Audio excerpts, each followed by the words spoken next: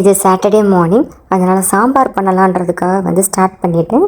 சாம்பார் வந்து டேரெக்டாக குக்கர்லேயே பண்ணிடலாம், வேகமாக பண்ணுறதுக்காக குக்கரில் பண்ண ஸ்டார்ட் பண்ணியாச்சு.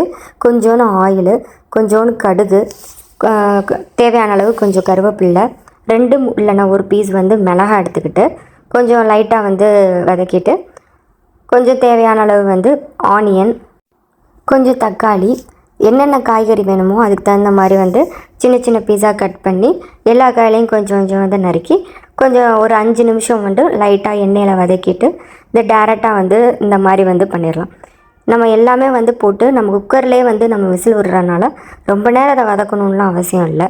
லைட்டாக வந்து ஆயிலில் வந்து ஒரு 5 நிமிஷம் வந்து வதக்கிட்டு இந்த காய்கறிக்கு ஏற்ற மாதிரி வந்து சாம்பார் பருப்பு எவ்வளவோ அதை வந்து நல்லா கொஞ்சம் கழுவிட்டு அதுக்கேற்ற மாதிரி எடுத்துக்கலாம். இது வந்து நான் வந்து ஒரு 1 கப் எடுத்திருக்கேன். நல்லா கழுவி அதில் வந்து நான் டேரெக்டாக போட்டுட்டேன். இதுக்கு தேவையான அளவு வந்து தண்ணி கொஞ்சம் ஆட் பண்ணிவிட்டு சாம்பார் பவுடர் வந்து நான் வீட்டிலையே டேரெக்டாக அரைச்சி வச்சுருக்கேன். அதில் வந்து 2 ஸ்பூன் வந்து ஆட் பண்ணிவிட்டு கொஞ்சோண்டு பெருங்காய பொடி, அரை ஸ்பூன்லேருந்து 1 ஸ்பூன் வந்து பெருங்காய பொடி போட்டுக்கலாம். புளியை வந்து கொஞ்சம் நேரம் நல்லா ஊற வச்சுட்டு அதோட தண்ணி வந்து கொஞ்சம் ஊற்றிட்டு அதுக்கப்புறம் நார்மல் தண்ணி வாட்ரு வந்து எவ்வளோ தேவையோ அதுக்கு ஏற்ற மாதிரி இந்த சாம்பாருக்கு ஏற்ற மாதிரி ஊற்றிக்கலாம்.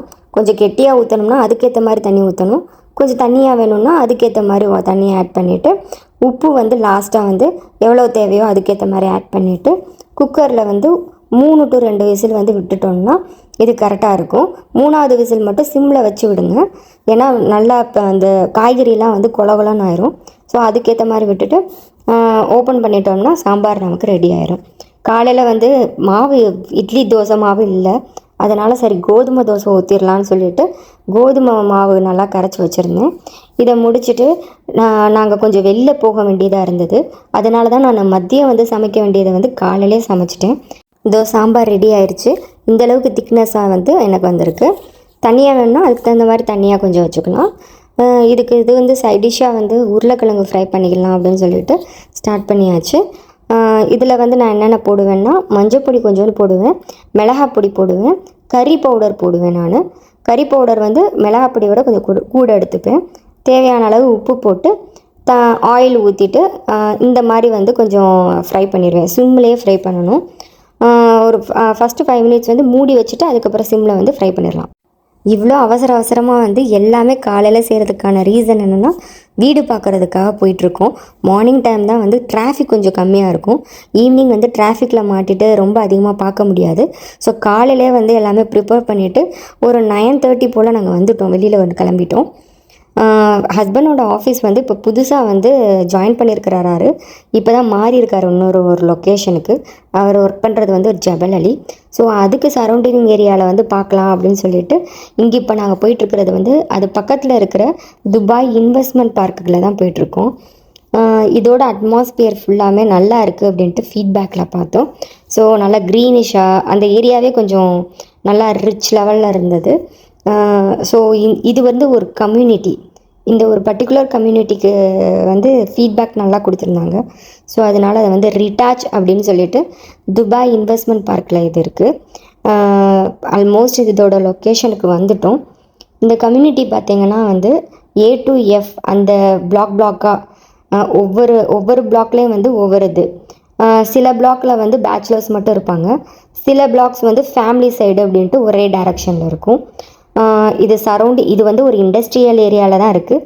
பட் இந்த கம்யூனிட்டிக்குள்ளே வந்து எல்லாமே இருக்குது. ஷாப் இருக்குது, மெடிக்கல் எல்லாமே இருக்குது, என்ன தேவையோ எல்லாமே இருக்குது. அதர்வைஸ் நீங்கள் வேறு ஏதாவது வாங்கணும் அப்படின்னா வேறு வழி இல்லை, கார் எடுத்துகிட்டு வெளியில் போய் வாங்குற மாதிரி தான் இருக்கும். பட் ஃபேமிலிக்கு வந்து நல்லா செக்யூரிட்டியாக இருக்கணும் அப்படின்னா கம்யூனிட்டிக்குள்ளே கொஞ்சம் வந்து பாண்டிங் வரும், ஃப்ரெண்ட்ஸ் வந்து நல்லா டெவலப் ஆகும். ஸோ அதனால் வந்து இனிமேல் போகிறதுல வந்து இந்த மாதிரி ஒரு இதுக்கு போய் பார்க்கலாம் அப்படின்றதுக்காக சரி அந்த வீடு எப்படி இருக்குது, ரெண்டெல்லாம் எப்படி இருக்குது அப்படின்றதுக்காக நாங்கள் வந்திருக்கோம். இந்த இது வந்து என்னதுன்னா ரிட்டாச் G பிளாக், அதனால் வந்து கரெக்டாக இந்த லொக்கேஷனுக்கு வந்திருக்கோம்.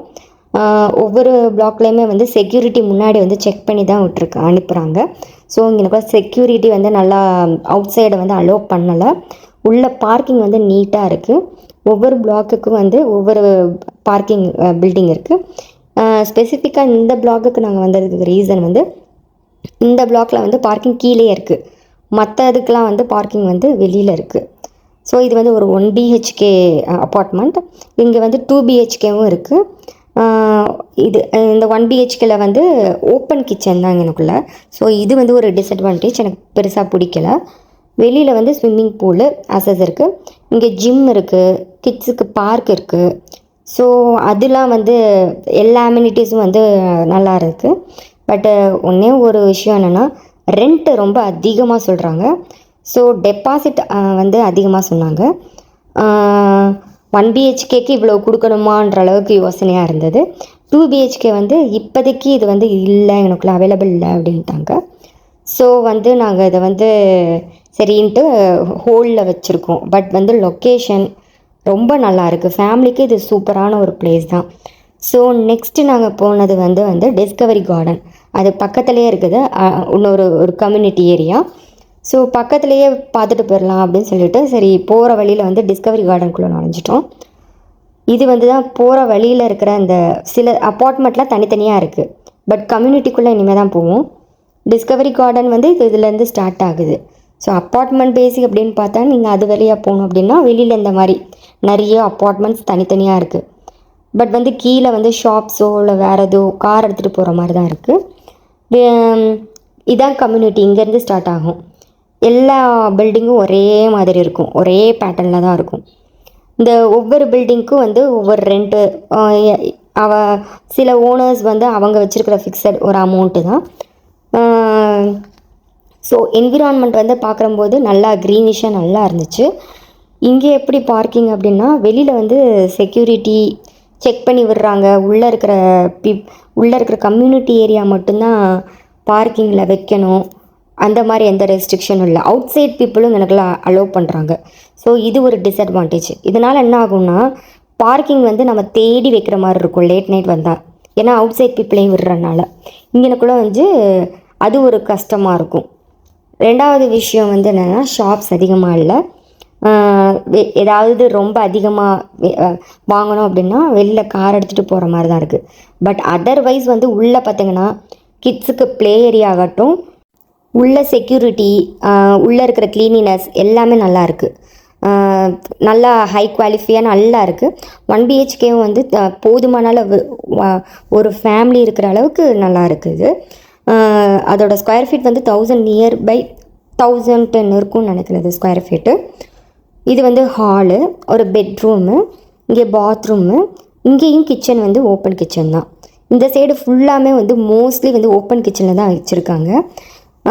இது வந்து கிட்ஸ் வச்சுருக்கிறவங்களுக்கு வந்து கொஞ்சம் கஷ்டமான விஷயமா இருக்கும். உள்ளே போய் ஏதாவது பண்ணிடுவாங்க, எடுத்துருவாங்க.